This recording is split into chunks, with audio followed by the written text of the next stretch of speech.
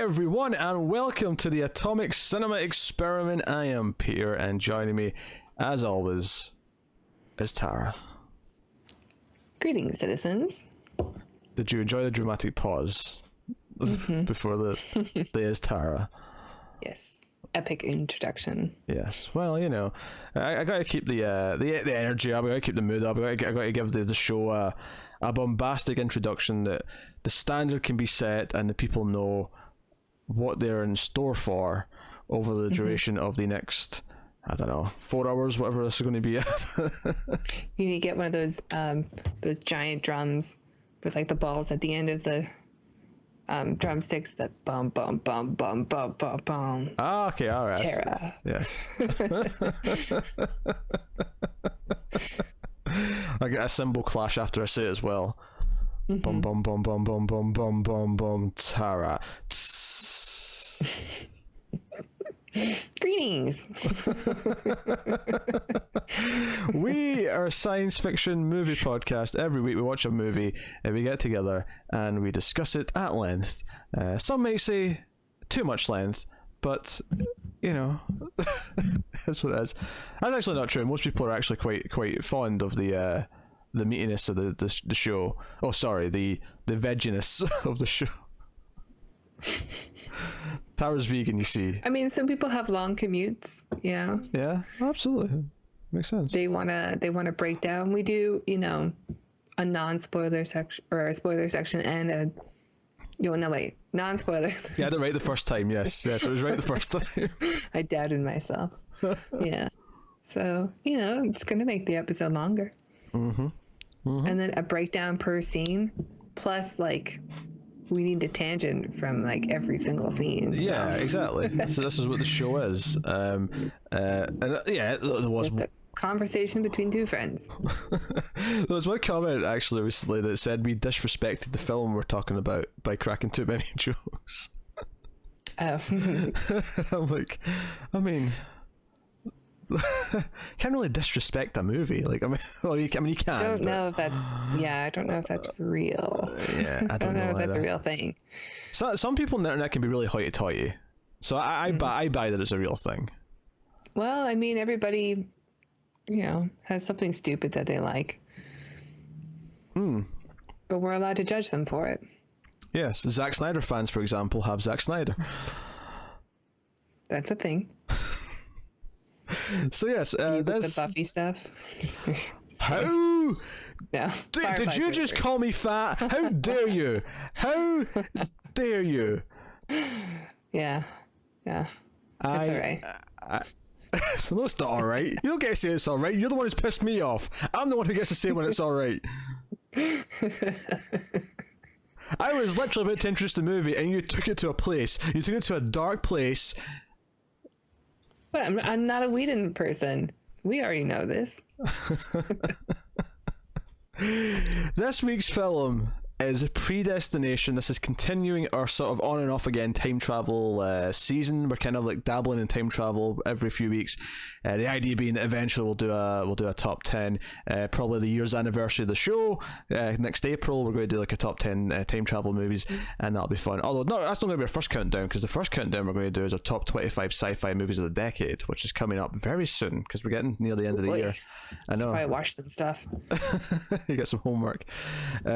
So that's coming up. But yes, so Predestination is, and as Tara said, we have a spoiler-free section, so we'll start spoiler-free. We'll give you a warning before we go into the spoilers, and we'll go from there. So the movie's basic premise is that Ethan Hawke stars as a character simply credited as the barkeep, who appears to be some sort of time cop. Don't get yourself excited, it's not Jean-Claude Van Damme, it's not, you know, that movie, but he is some kind of time agent. He has a Valentine's case. He has a violin case that is essentially actually a time travel device. It just looks like a violin case, and he's going to try and stop a bomber called the Fizzle Bomber, who's going around time themselves and causing lots of big public explosions and things like that. And we also have this mysterious character, the unmarried mother, who comes into the bar where he is kind of undercover and tells his story. And there's a lot of flashbacks. There's a lot of time travel, of course, and that is basically all I can really tell you at this point. I feel like this is a movie where there's very little we can actually talk about until we get to spoilers, because it is full of your twists and your turns, and it's all very sort of building upon building upon building. But the basic gist of the movie is that you've got these two characters in a bar, and one's telling a story of their life, and obviously you know this is going to tie into the time travel and tie into this bomber that's going around. You just don't know how. Right. And that's where the movie sort of does this thing. So this is directed by the Spierig Brothers, Michael and Peter Spierig, who I'm unfamiliar with. I'm going to click on one of their names and see what it tells me. Yeah, I don't know who they are either. I think I saw that it was an Australian. Okay. section. They did Daybreakers, which I saw. Also had Ethan Hawke, was watchable but not good. Winchester from a couple of years ago, terrible. And their first movie was an Australian movie called Undead, which I never saw. They also did Jigsaw, the 8th Saw movie. Eek. Yeah, not a good list. Not a good list, no. No. So with that in mind, Tara, I will ask you the question: did you enjoy, which you've not seen before? I had seen this before, you hadn't. Just I'll make that clear as well. Tara, did you enjoy Predestination? Well, despite the list, I actually did. Yeah. Hey, there you go. I think it's pretty tight. It's a pretty fun little trippy film. We're dealing with time travel. There's a lot of presented here, which kind of makes your brain explode a little bit trying to wrap your head around. But for the most part, yeah, I thought it was pretty good. I think it's not bad. I think it's a very watchable movie that has some really fun sort of concepts. I think it never rises to be great, or even very good for me. And I think the reason for that is because it's so determined. Like, I obviously this will be something that I can really make clear in spoilers, but clearly they had an idea for this movie, and this is what their pitch was, right? They said this movie is going to be this, and this is twist on twist on twist on twist. And they said this is what the ultimate twist is going to be. This is how it's all going to sort of click together, right? And I feel like they had that idea, and then they wrote a script which kind of, I don't want to say convoluted, but does everything it can to justify the sort of endpoint they decided they want to have. And as a result, I do feel that some of it is a little bit forced. And I also think that there's a point in the movie where you can actually kind of just guess ultimately where it's going, because again, I can't really talk about till spoilers, but it's like, well, yeah, some of the twists were not exactly surprises once you see. But some of them genuinely were, and I enjoyed it because every time we got a new twist, it makes you rethink the movie from the very beginning, which makes it difficult to talk about. But I like the puzzle. I don't think it's like you said, it is very watchable, but I don't think it. I don't know. It kind of has that like Netflix quality look to it. Oh, sure. You know what I'm talking about? Yeah, this is like right before Netflix started doing movies. This is 2014 this came out, so this is just a year or two before Netflix started pumping out original movies. So, but I know what you mean. It's got that kind of look to it. I can see it. It's not like, it's still a very pretty movie. Like, I do genuinely like a lot of the cinematography. It's just, I don't know, there's something about it that comes off a little bit Netflixy. I know we've used that term before, so I feel like it's safe to use here. I like the way you said that. Netflixy. Netflixy. Yeah, I know it comes off as an insult, and yeah, maybe it kind of is. Just say what you feel, Tara. This is Netflix trash. No, it's definitely not trash. Like, it's a fun puzzle film. It's nowhere near like the greatness of the fun time travel puzzle of like Time Crimes. I knew we say Time Crimes, because Time Crimes I think is the obvious one to compare this to for a lot of reasons. Oh, definitely, yeah. I think part of that hurts this because you can kind of maybe feel where some of it's going because of Time Crimes, and I think the other reason that it might hurt as well is that I feel like right away in this movie, like, there's a lot of like characters who are intentionally hidden. You know, there'll be a lot of times where there's like a flashback scene and they'll be describing a conversation with another character, and the camera will intentionally not show the other character. So all I'm like, okay, we're dealing with time travel. This character. Okay, who is this? Yes, then? Like obviously someone we know, and we don't know that many people in this movie. Yeah, so we're clearly setting up right away. Like it's got you thinking about who it is, and maybe that's kind of the point. Maybe the point is that if you are used to time travel, you're kind of trying to second guess this, like you know, down the line. But I think almost to the point where like the pitch for this movie is so easy to say that there's a point where after a couple of twists where, and this was the second time I'd seen it, so I knew going in what everything was, but the first time I watched it, I do remember maybe about half an hour in basically just saying, this is what the movie is, and then the movie just proceeded to prove that it was exactly what I said it was, because once it had done like one or two twists, I said, well, this is obviously what it's going to do. This was obviously what they were excited about doing. They thought they had a really smart script, and maybe that's ultimately what I'm saying is it's not as smart as it thinks it is. Like, it's just fun, but it's not as smart as it thinks it is. I do like the performances. Sure. Yeah. Of the leads, I'll just say. Yeah, I mean, I think you can say Ethan Hawke and you can say Sarah Snook are the two leads of the movie. Yeah, and I think Sarah Snook especially has a more challenging role to do, and I thought she was really good. She's on the HBO show now called Succession, and she's is the only other thing I know her from, and she's great in that. But yeah, I know. I make a habit of like comparing things to comic book things sometimes. This is less a comparison from a plot thing or anything like that. But there's a point in this movie when you see her in her sort of like early 20s, late teens, and she's got like glasses on and all that. She looks like a photo perfect Barbara Gordon. Like she could be Batgirl. Like that's all I could think about during that scene. I mean, okay. That's all I could think about. I was like, damn, she's Barbara Gordon in the flesh.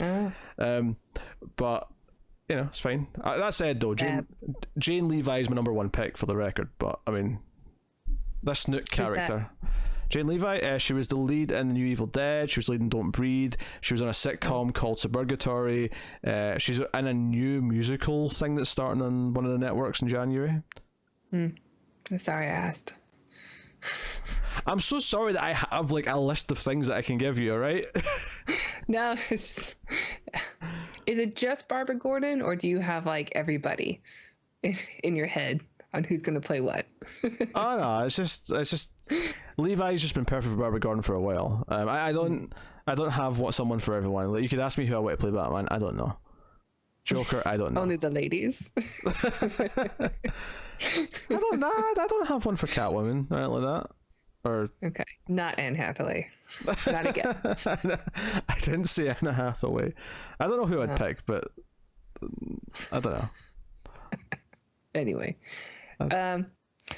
yeah. I mean, I think you're kind of, you know, on the. I think you're kind of right. Like, yeah, it's not as smart as it thinks it is, but it's still fun. And there were a couple twists that I was like, oh, that's a surprise, because I thought maybe that was going this way. But you know, because they intentionally hide people's faces, you're like, okay, so this is somebody we know. And like I already said, there's not that many characters in here, so it's not going to be that big of a shock.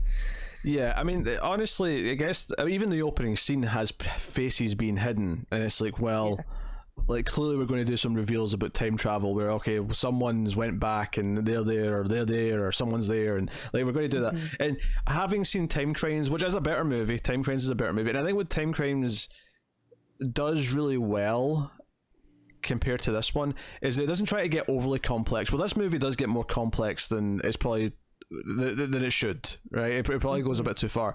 Time Crimes has essentially 3 parts to it, and after the end of the first part you can guess a lot of what the end of the second part is going to reveal, but it still does it in different ways that adds like an extra layer to it. Like it's got that genius thing where you could predict some of the twists that were coming because of what happened in the first, like, act of the movie, right? Because it teaches, because the movie teaches you these rules, and you're like, okay, using those rules, I can predict this, this, and this are going to be that, and you're right, and they'll be exactly that, and you'll think, pardon me, and you'll think, great.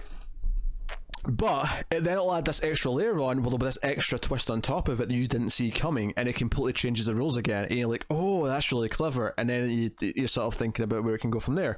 And that movie does that. And I mentioned Mr. Robot earlier, but Mr. Robot was great at that because Mr. Robot's first season had this big twist towards the end of the season. But it was a twist that most people who watched it guessed by the time that they got there. It was kind of obvious.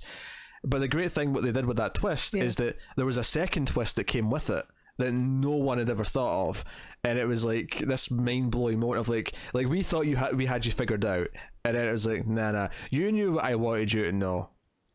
Here's more. I think you've brought up Mr. Robot at least 70% of the last dozen reviews we've done together. And I don't watch this show. It's because it's on right now. It's in its final season, and it's easily one of the top 5 shows of all time. That is why I'm bringing it up, because it's fantastic. Okay. And I thoroughly recommend it to everyone watching if you've not watched Mr. Robot. It's only 4 seasons, not a big commitment. Dive in, have your mind blown. Great. I was waiting for you to sneeze a third time so that the leprechaun will come take you as his bride. Nah, I always sneeze twice. I'm sorry. Yeah. Yes. I'll sneeze once, I'll sneeze twice, and she'll be my bride if I... She sneezes thrice. There you go. Thank you. And nobody says bless you. And no one says bless you. We should have done that movie. Well, Leprechaun 2? It's so good. I've already done it on Screams. And how are you going to argue that sci-fi? It's Warwick Davis. He's sci-fi royalty. Oh, he played an Ewok. Great. Yeah. Well, did he? I don't know. I'm assuming he did. Yeah. He's wicked. Yeah. He was he's in all the Star Wars. He was. Well, I mean, all of the major, the films, the prequels. I think he was in the new ones, and he's in the cartoons. Okay, fair enough. Hey, I like Warwick Davis. This isn't a knock against him. He's very talented. I'm glad you clarified. Well, no, I liked him a lot in that show he did with Ricky Gervais. Life's Too Short. That was very funny. Yeah. Do you think because we're watching the Watchmen show on HBO, and it just had an episode about predestination, basically. It did, yeah. You're right. and the free will, but there's nothing in it that's really paradoxical. Is that a word? Nothing in there that makes you go, this hurts my brain because now why? Now how? Yeah, I mean, there was this movie, there's one small thing. There was one small thing in the Watchmen episode. There was the motivation for someone to do something, but they only found out the information from the person from the future. So it did create a small loop in that sense. Mm-hmm. But you're right. This movie, the thing that's mentioned at one point in this movie is the snake eating its own tail forever. Right? This idea that there's a perfect loop. When we talk about Terminator, that John Connor has to send Kyle Reese back in time so that he can have sex with Sarah Connor. Conceive John Connor so he'll be born, and then John Connor will grow up, and then he'll find young Kyle Reese and he'll send him back in time. There's a loop there that can be broken theoretically, and if it does get broken, then none of it happens. Mm-hmm. This movie takes that idea and turns it up to 100. Yep. Yeah, so I think that'll do it for spoiler free, because I don't know what more we can say at this point without spoiling things. So full spoilers for Predestination. But before we start that section, let me thank our Patreon producers for the month of December. David Shart, Alison M. Fordyce, Cindy Palacios, and Tyler Hess. Thank you to you guys. They are all Patreon producers, which means they are patrons at the $20 and up tier. But they don't have to be $20 patrons, Tara, do they? What else can you do at Patreon? Yeah, if you want to check out our Patreon page, it's patreon.com/MalfuzzTV, and you can donate as low as $1 per month, and that gets you bonus episodes like movies we've talked about already, like Time Cop, and there's more we're doing the Trancers saga. Saga. So you can follow the adventures of Jack Death along with us for just $1 per month. Check it out. There you go. You get bonus episodes. Yep, just $1. Go for it. But yes, that'll take us on to spoilers. So, yeah. So, earlier on when I was saying this movie is basically just one simple sentence. It's one idea. And once you get that idea in your head, you basically know where the movie's going. So the idea that I'm talking about is that every character in this movie is actually the same character. Yeah. that is the big twist essentially. Is that everyone, I mean, barring like one or two side characters who are there to kind of like nudge things along, but all of the main characters are the same character, and that includes like both people who are the parents of the character are the same character as the baby. Yeah, that was a twist that got me. Like, not that they were like both the parents, but that the baby, like I thought the baby was going to come back in a different way. Like the baby is like is the fizzle bomber. I did expect the baby to be the baby in the beginning of the movie. Sure. Because so how do you explain this? Right. So so baby's dropped off at an orphanage and is raised and is then tries to be an astronaut, which at the time, because this is set in the past, this is like the 60s, she's trying to do this. It's very kind of a sexist environment. She's not really offered the chance very much. Not anyone is, but you know what I mean. Even though she's the best of the best of the best. She's the best of the best of the best of the best, sir. And she doesn't get in, basically because of sexism, and she's... Well, also she has a fighting problem. Oh, she got fisticuffs. She does fight someone, yes, that's true. She fights someone. And she works in the day as a maid and goes to school at night.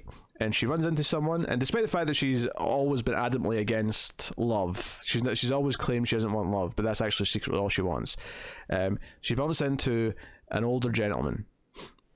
But the twist here is that older gentleman is actually her after a sex change and come from the future. They fall in love. And they have sex. She gets pregnant, gives birth to the baby. The baby's stolen and given to the orphanage in the past. And that's her. That's also her. The baby's her. So, because I mean, there's a plot point that's brought up here after she's given birth with a doctor. Explains that she's got a very unique inside where she has both male and female organs in there, and because of the damage to the birth, the female organs were couldn't be fixed, but and you almost get the impression that the doctor didn't have to do this. Like, he could have just accepted that, okay, your uterus, and we had to do a hysterectomy, fine, right, that happens to people. Well, plus there's no conversation about it. It's just, oh, we did this. You're a man now. Yes, but he basically, you get the impression that he just is like, oh, this is really interesting and unique. I've never had I've got one chance to like change the cables in here so that it'll be going this way now. I'm doing it, damn it. I'll just tell her afterwards it was the only way. It was the only way she'd survive.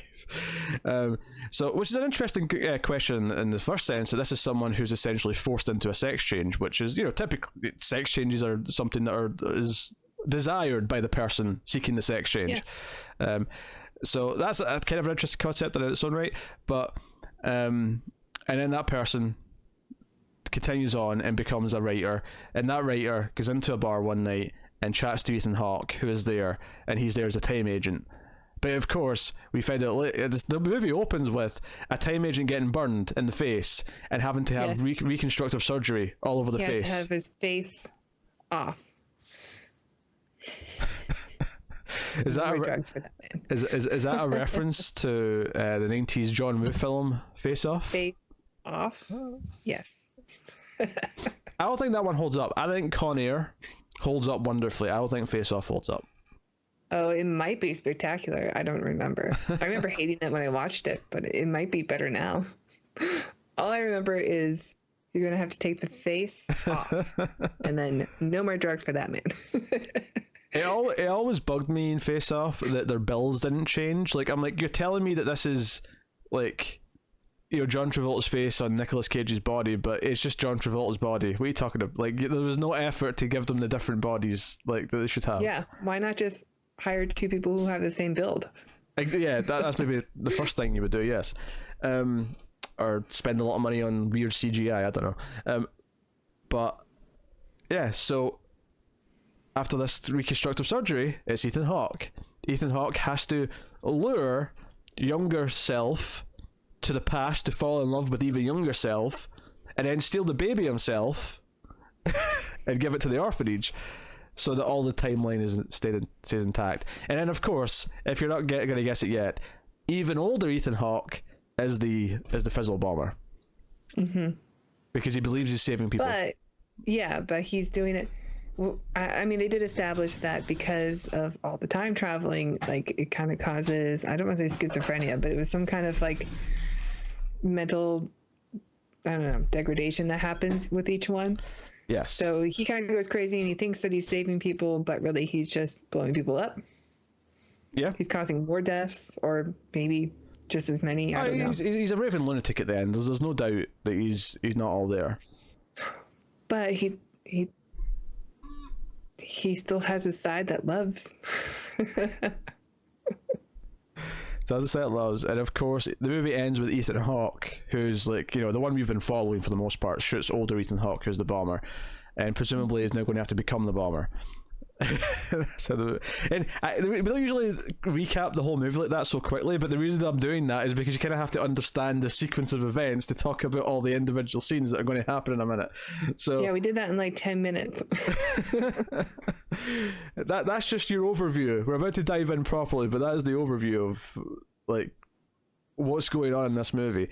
But there is a point, I can't remember exactly where it was, but I remember maybe about a third of the way in where I went, everyone's going to be the same person. As soon as they established that, like, I think it was when it was the two of them fall in love, and we find that, they had the twist where it's like, oh, the older man she fell for was just herself later. As soon as we had that, I'm like, everyone's the same person. I think once I see that the burned face is her face, then I kind of put that together as well. Yeah. Maybe like a twist later, I got it. That's right. It's not a competition. I'm just kind of pointing out that the movie, at a certain point, like, it's done its twist enough times that you're just like, okay, I'm not going to be surprised next time. And you're like, it's the same person still. It's the same person again. Yeah. It's all one person. Yeah. So, that's kind of a fault there in that sense. But yeah, the movie opens, like we said, it's like it's a shadowy figure in a trench coat and a hat, kind of classic spy looking individual, walking with this case, this violin case, into the back of like I don't know if it's a mall or like an airport or something like that, but whatever it is. And they get into a fight with another person, like the presumably the bomber, and at least an explosion which burns their face, and we have these set of feet that come in, which later on turns out to be Ethan Hawke, who comes back and passes himself the violin case so he can get out of there, get out of Dodge.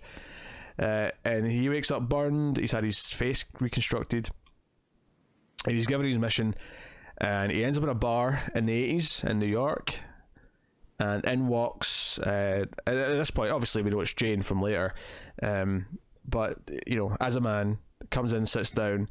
Leonardo DiCaprio. Did look a lot of Leonardo DiCaprio, actually. A little bit gruffer. Would make a very beautiful woman. I feel like the makeup here, I get why like they had to do this to make it look a bit more masculine, but in a weird way. Yeah, but that's the thing. I think they make it look too old. Yeah, it kind of looked like it looks older than Ethan Hawke. Like leathery. Yeah. Been sunburned really too many times. And Ethan Hawke, but he has like the young Leo hair. Yeah. My problem is that he looks older than Ethan Hawke, and he's supposed to be younger than Ethan Hawke, because the whole point of the story is that Ethan Hawke's later in the timeline. I don't know. I thought they looked kind of. I don't know. Like it didn't look natural, but it looked sure. Which maybe makes it look older, but to me Ethan Hawke still looked older.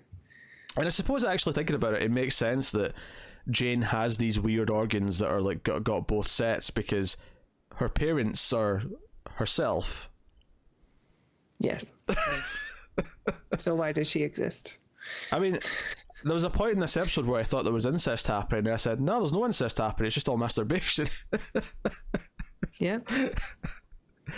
Oh dear. Actually, And it's not even like the clone argument. Like, sure. if you do it with your clone, is the masturbation. It's definitely Well, this is literally, yourself. yeah, this is literally yourself. It's just a different time period of yourself, but it's yourself. Right. Yeah. And they definitely are in love with themselves, like hardcore. I mean, I'm pretty in love with myself. I can get that. I get that. Yeah. I mean, that was a joke, but I mean, sure, you can sit and think about it seriously for 5 minutes. I'm trying to think, like, if I met me, but with different organs. I don't know. I think I would be repulsed. I'd be like, you look too much like, I don't know, my family. I that's a fair point. I guess what I'm saying by talking about are looking too old in the makeup to look like a man is that maybe the correct choice here would have been to have a different actor for after the sex change. So you'd have younger man before the burned face, and then Ethan Hawke afterwards. You'd have the actress for when she's Jane, but you'd have a different actor for younger, because I mean, it could be, but they made the choice to not have her in makeup and sort of do it that way. Yeah, and, I mean, she does a decent job with her voice, and they try to make they try to write in like why she still has a feminine sounding voice, but like it's still kind of distracting. Like, I think it could have been cool if you just cast a guy. I don't know. Yeah. Like someone who looks similar to her. Although she's kind of unique looking. Unless, I mean, if you can get Leo. Yeah, I mean, maybe the smart idea here would have been to cast like a brother and sister. Yeah.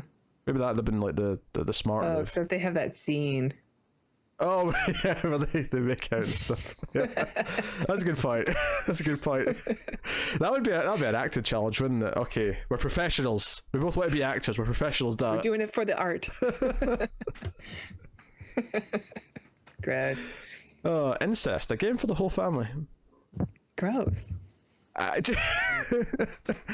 you know, it's funny actually, we're joking about how it's not incest, it's actually just masturbation, but if you cast the brother and sister, it's behind the scenes it's it's incest, but in front of the camera it's masturbation. I don't like this conversation. Okay, alright, we'll move on. So yeah, and ultimately you know, the unmarried mother, as Jane's going by here, like very, very aggressive, very unfriendly, I would say. You know, always on the defensive, always kind of like, you know, giving Ethan Hawke crap for like what he's saying or what he's asking. He's just trying to make conversation. He's been a barman, you know, he's just cracking jokes or whatever, or he can crack jokes as well. The plot points actually points out. So ultimately, though. Well, he can't, because he always tells jokes that she knows the punchline to, which... Because of the same person. Because of the same person, yeah.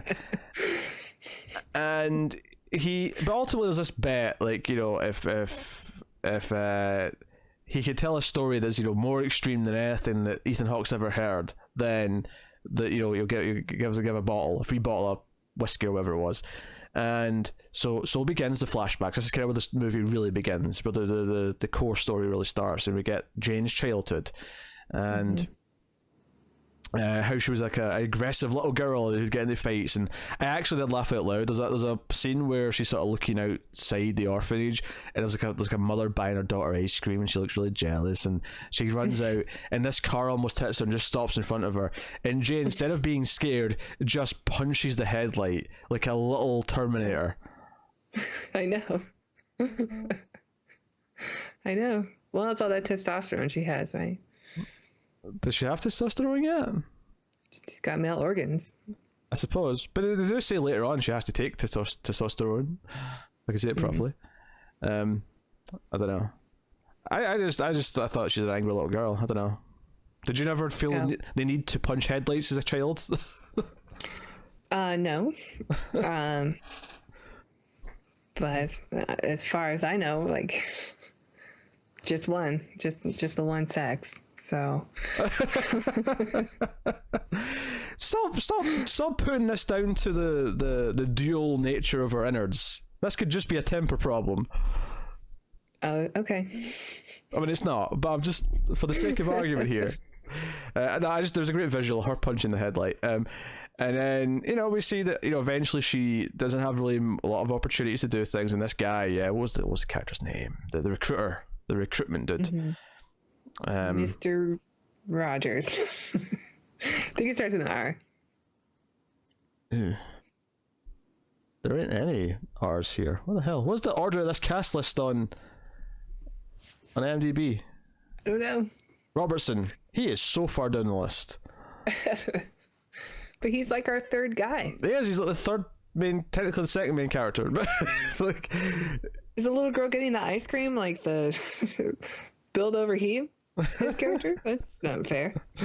There's tons of people build over him. There's the boxing commentator 1 and 2. What?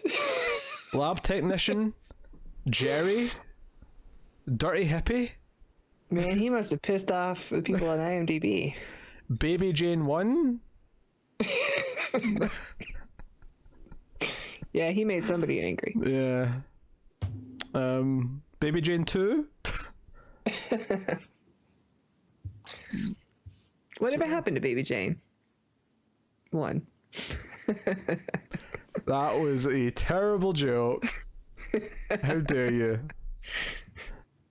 For those of you who are not aware, there's a classic film called Whatever Happened to Baby Jane.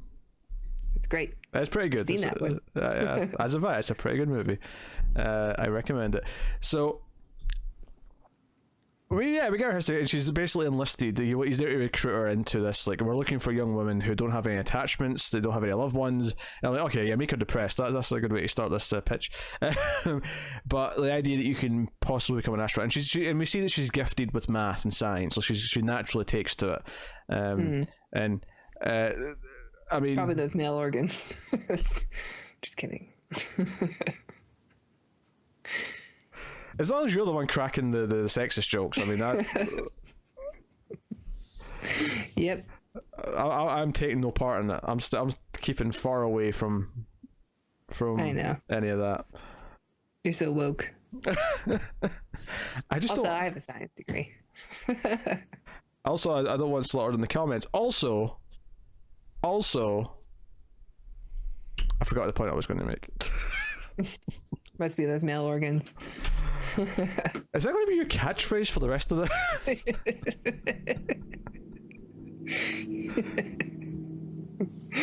Oh yeah, it's a good one.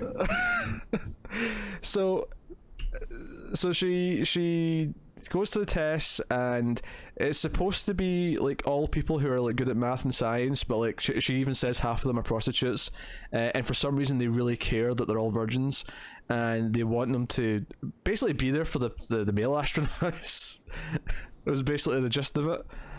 Turns out it is lonely out in space. Yes, that's what they figured out.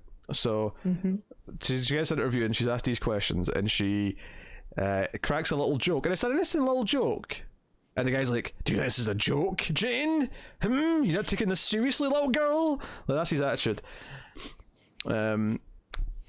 But she gets him back, because eventually he's like, "Hey, have you ever been with a man?" She's like, "Have you?" And all the astronauts in the room give a little chuckle, and he's embarrassed. And it's enjoyable. But she's just one of the guys.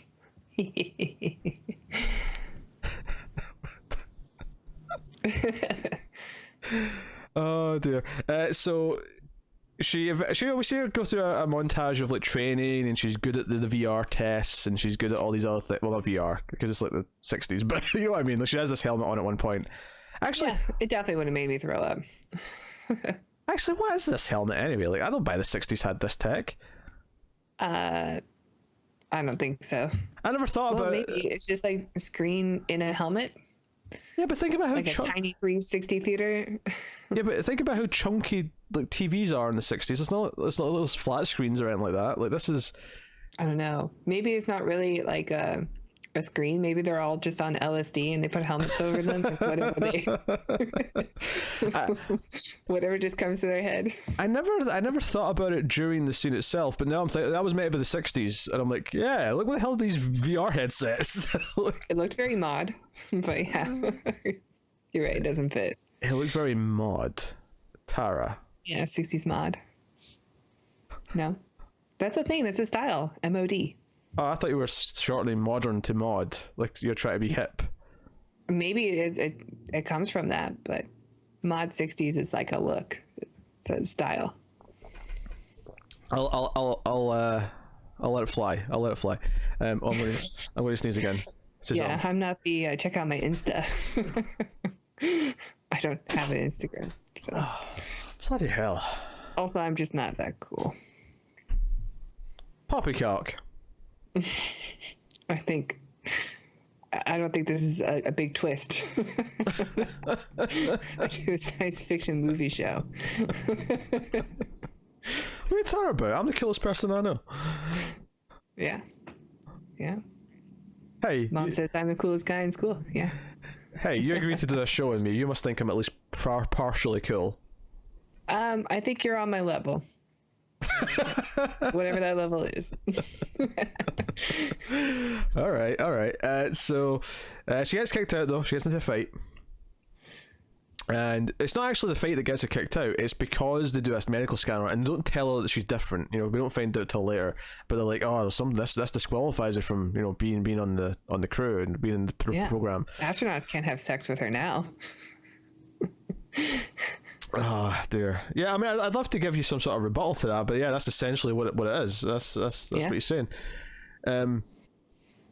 So like I say, she goes and gets like a day job, working at a house, essentially being a servant, and goes to school at night. Meets some older man who is rich, and she only calls him rich because he has wads of cash in his pocket, which I guess if you were rich was more common then, you know, but than the time before cards and, you know, digital currency and whatnot. But still, you know, and she says she fell in love, but she got pregnant, and as a result, because she said she was also doing like etiquette tests, like she was taking classes at school for like her demeanor and her posture and things like that to try and show that the not NASA but like whatever the weird government company it was that was doing this, that she's, you know, putting in an effort to try and change her temperament and be a higher. She just wants to go to space. She wants to go to space. I mean, I assume the entire time, every time like Fredrickson, or whatever he's called, every time he was like, oh, this is all about going to space, I'm sure in the back of your head you were thinking, nah, you're talking about time travel. This is all about time travel. This must be about time travel. But he's involved in the time travel, he's behind it all. It's just a question of like, does he also deal with astronauts in space? Like, I guess it makes sense that would be like a branch off NASA if there was ever a time travel core. Well, isn't it that the time travel stuff was invented in order to have this program to go into space? Was it? That was my impression from the ending of the film. Or the last time we see this character. I never necessarily got that so much. That conversation with Ethan Hawke was more just about the, like, how unique Ethan Hawke was, because he was the only agent who didn't have any ties to any family members, because he was a complete self-contained loop of a character. Because like, you know, he's his own father, his own mother. He'll kill himself eventually. Okay. Kind of thing, but. Oh, okay. I thought that they were tied to like the invention of whatever this business was also. I mean, very possibly. Very possibly they went back and started it. But they always talk about how there's strict rules about not changing things. So, and there's no reason to think they're hypocrites and have done things for their own benefit, because there's no like implication in the movie they're up to anything like seedy, other than the fact that they've not really told Ethan Hawke's character everything about himself. Well, they said there's a limitation in the time travel. Also, you can only go 50 years before and after the invention of the time travel. That was like 56, which I think. maybe keeps it in his lifespan. So you can't screw up anything that might screw up this loop by sending somebody else back. Maybe the time travel is just for them. Maybe. I mean, because that was the thing, like the whole Fizzle Bomber thing, like, it keeps referencing it throughout the movie, but when Ethan Hawke says he's evil and he has to get to him, Fredrickson, Franklin, I'll get his name again. God. Fluffernutter. Robertson, that's what it was. Robertson says that, it's not as simple as the Fizzle Bomber being evil, like it's more complicated than that, which to me said that, like, no, he has to exist to inspire you to do all these things because the loop has to be maintained. Like, there's a justification for him existing. And I mean, when we first meet, not Jane, but whatever Jane, post-op Jane, she's the one who says, like, she's kind of sympathetic towards the Fizzle Bomber. Yeah. I mean, that kind of puts the seed in your head right away. I'm like, oh, maybe they're the same person. Yeah, but and there's a scene in the bar fairly early where she calls Ethan Hawke a son of a bitch, and he chuckles and says, "That's funny." I'm like, oh, is that his parent? More than that, their missing baby, or it's his parent and his child. Yeah. So I mean, he's right. It is funny, but it made me go, "Oh, they're related somehow." Yeah, no, I remember that was not a shock. So she goes back, or she has this birth, and she's told all this information about herself, and that she's going to have to change. And again, because the reason why I was saying the first Doctor just wanted to, like, do everything because he could, because she was knocked out, and it was like, oh, there's him a chance to do this weird thing. The next Doctor that sees her at the science place, because she tries to re-enlist, like, well, after she's changed to being a man, and there's a scene where she pees for the first time standing up. And things like that, like all these little experiences. In fact, one of the big tell signs watching it a second time is it's around this time, back in the bar when they're sitting down, where she says to Ethan Hawke, "Oh, I just found out today that I'm not firing blanks. Like I am actually producing sperm." And I'm like, well, that's going to be important. That's going to be very important going forward.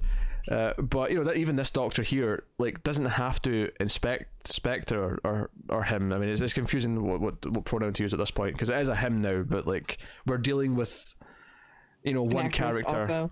Yeah, we're dealing with an actress, but we're dealing with one character who changes sex and changes actor and changes, like, there's so much going on here. True. Yeah, it's not easy to keep up with. But this Doctor just, like, wants a glance, wants to see the scars, and wants to look and all this kind of thing.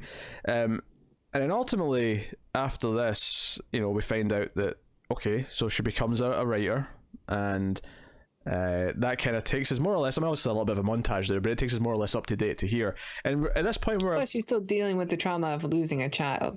Yeah, and this is about halfway through the movie, and this is where it kind of changes gears a little bit, because this is when Ethan Hawke kind of reveals that he knows who this is, and kind of references, like, some characters that she's not mentioned.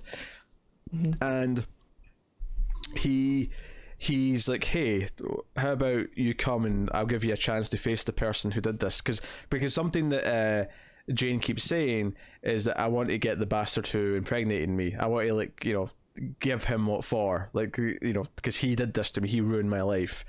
And Ethan Hawke's, like, kind of being vague, but eventually admits, yeah, I'm a time traveler, because he's describing the violin case, and he calls it like a time field quantum something, and, like, what's that? Like, oh, it's a time machine. Time machine. Yeah, I like that it looks like a violin case, like just something somebody can be carrying around, and you wouldn't think about it. Oh yeah, it's innocuous, yeah. And it's like, okay, so they travel back to the 60s, and he's got a change of clothes waiting for them, and it's like, okay, so you have to go here, and, like, here's a gun, and you can do this. So Jane waits outside the college campus, and right away you're thinking, wait a minute, this is where she meets the man. This is where she meets this guy, which is why obviously this is also where to kill him. But of course, bumps in to herself. And the reason why the first time we see this, like, she points out that, oh, like, we both had the same thought at the same time, is because of the same person. Yep. And that's, and we even get like a dinner, like a romantic, like, I don't even dinner, it's like a coffee like date, but like, it's just odd that she never said, you know, you look like my brother or, or something. I don't know. As a Back to the Future Because they reference. still look exactly the same to me. Oh yeah, you can tell it's the same person. Like, you absolutely can. Yeah.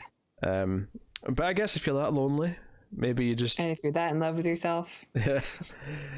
Yeah, it's funny because the older version sort of kind of calls her out and says, like you actually want this and you're in denial about this, and Jane gets really offended. He's like, what gives you the right to say these things? But they kind of bond over it ultimately, like, and that's what leads to them being in love. And Ethan Hawke goes away and like tries to like get the fizzle killer, or the fizzle bomber, sorry. And this is where we find out that he was the other person at the start who pushed the case back in. And this was not an illegal this was an illegal jump. He was not authorized to go in this one. He had one extra sort of try and catch the bomber because he knew where he'd be. And I think it's here we see the bomber has long hair and a beard, and I went, well, I wonder, And glasses. That's just to throw us off. Like, I wonder who they're trying to disguise here to be the bomber.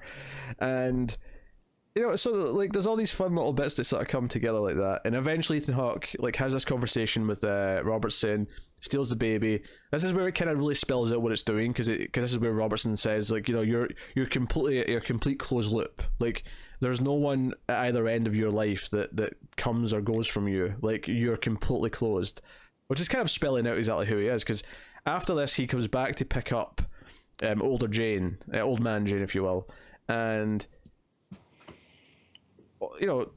old man Jane wants to shoot him, and he's like, no, you tricked me, you did this, you're the one who set all this up. And he's like, well, now you understand who you are and who she is, maybe you're ready to understand who I am. And that's kind of when the movie really starts, like, hey, think about this, like, where do you think this is going? It doesn't actually outright technically spell it out for you till the very, very end, but I mean, this is the point where you probably get it if if you're paying attention, right? So sure enough,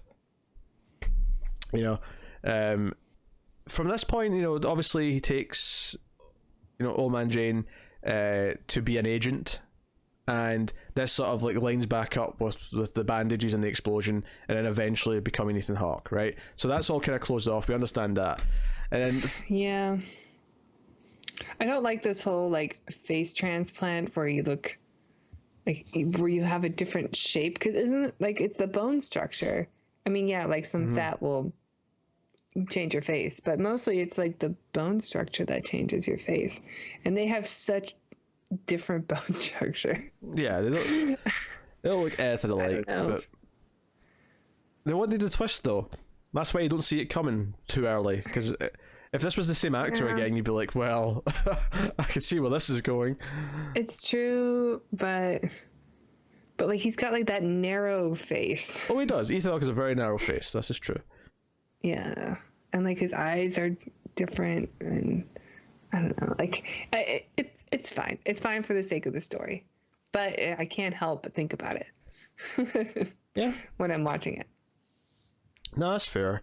And then we follow him in his retirement. Essentially, he wants to retire in New York in the 80s, just before the next blast, and he's basically going to try and find the bomber on his own, even though he's not supposed to anymore because he's retired.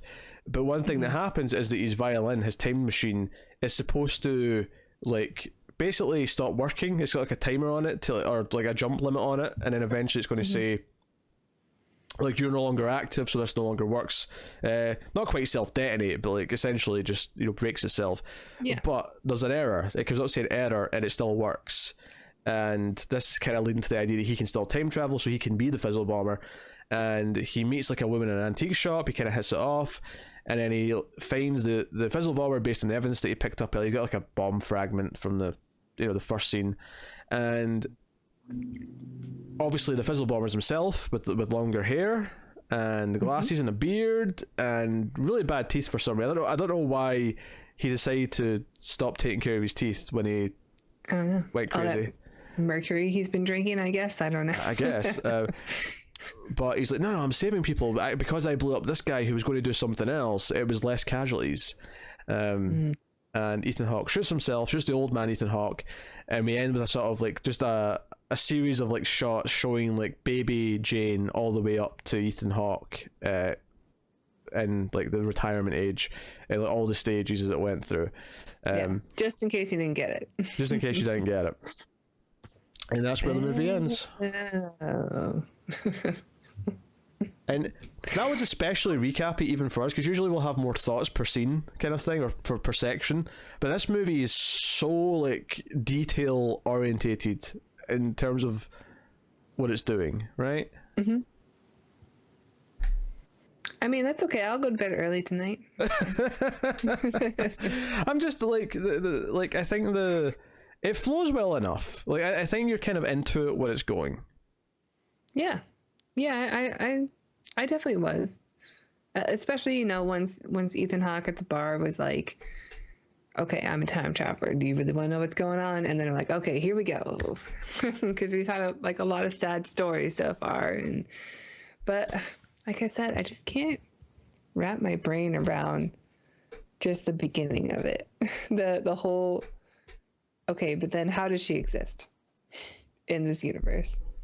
She can't exist. It doesn't make any sense. That's the loop. That is the. It is a paradox. Yeah. Because she can't. There has to be something that's starting, but it's not, because it's a loop, and my brain's gonna explode. Yeah, there's a loop. It's okay, but it's just, it's hard. It's hard to accept.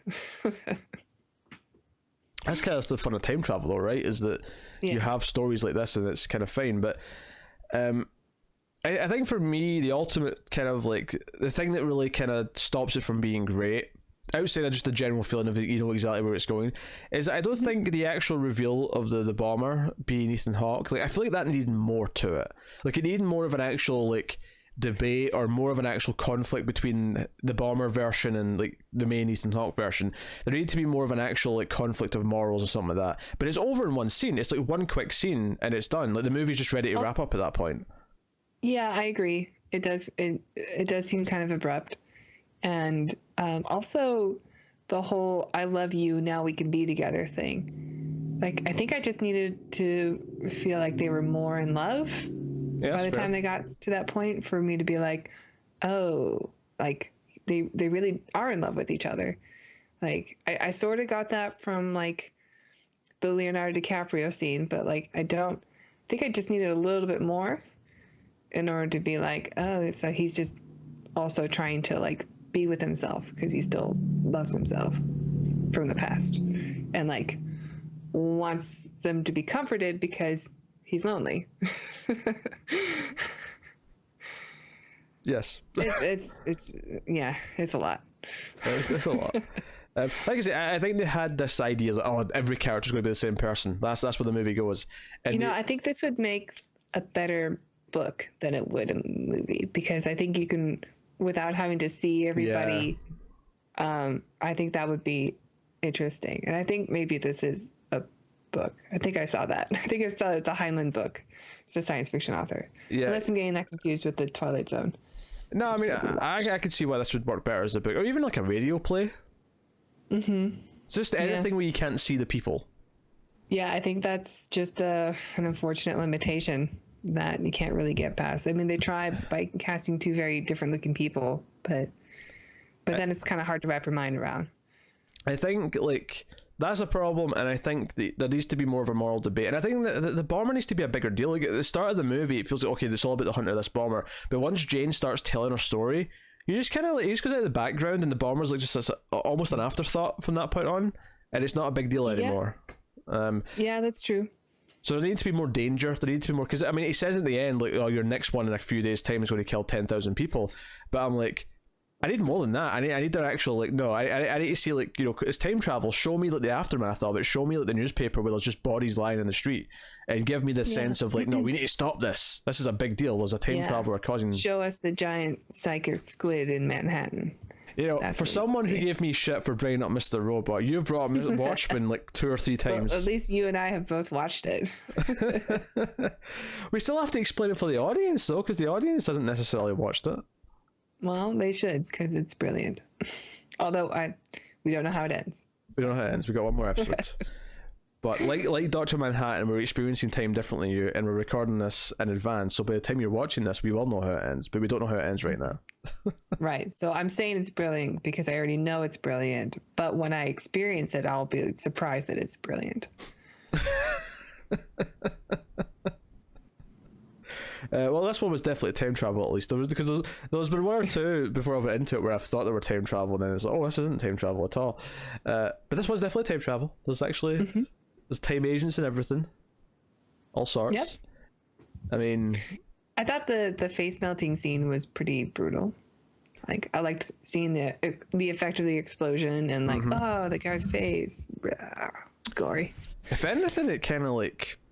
It's almost like they kind of front-loaded it with their best, like, most grisly effect, because the rest of the movie's very almost avoiding, like, no effects. Yeah. Yeah.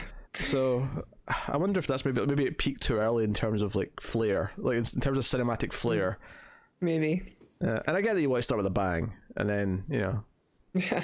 But like, bang again at the end is what I'm saying. Also climax.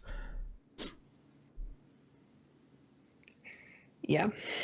We get plenty of that. Yes, we do. Okay, I don't know where I was going. You gave me a funny look after I said that, and I didn't know what I was doing.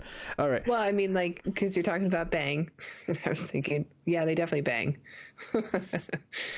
Okay, you went there with it. Okay. Yes. That's what the funny face was. Oh, jeez. All right. So, yeah, I think, given that they're both meant to be playing the same character, I guess that's the other flaw of having different actors, is that I don't know if you have a problem with the facial structure being different. I think I have more a problem of never really feeling that they're actually the same person. Like, I never feel it's not like you see like Ethan Hawke copy the mannerisms or anything like that of the other actor. Nothing. There's nothing like that. Nothing. And it can be done, because I've definitely seen many an episode of a TV show or whatever where they'll have like a body swap episode, and you'll have the actors do a really good job. Not always, but sometimes you'll get actors who do a really good job of doing the other person's performance, so that you actually feel like it's the other person in their body, and it's always fun to see that. I agree. Is there a big example you've got in your head? Because you've got a smirk in your face. Is that a Star Trek episode? No, I'm thinking of The Watchmen again. Oh, right. There's a body swap between our lead, Angela Abar, and Louis Gossett Jr., and she just nails it. You're right. No, you're right. It's like barely a scene, too. She's just sitting in a wheelchair looking, and you're like, that's Louis Gossett Jr., but it's got her face, Regina King's face. It's got her face. Take the face off. The more you do that, the more it sounds like a Shatner impression. No more drugs for that man. Take your face off. That's an exaggeration. Well, of course it's an exaggeration. I'm trying to make a point. Yeah. Trying to make a point. He only did it because he forgot his line. A couple of times. They turned TV shows out really fast back then. Sure. I don't know, I think he was trying to do a dramatic beat. That's what he was doing. He thought he was making the I mean, hell, so when we get to the episode of Twilight Zone, because obviously, if you don't know, me and Tara are reviewing Twilight Zone, the classic episodes, once per week. When we get to that Shatner episode on the plane, there's two. Oh, there's two. Okay, well, the plane one, the Nightmare at 30,000 feet or whatever it's called, and he's like, "There's something on the wing." You're telling me that he also forgot that line there, and that's why there's a pause? I don't think there is a pause.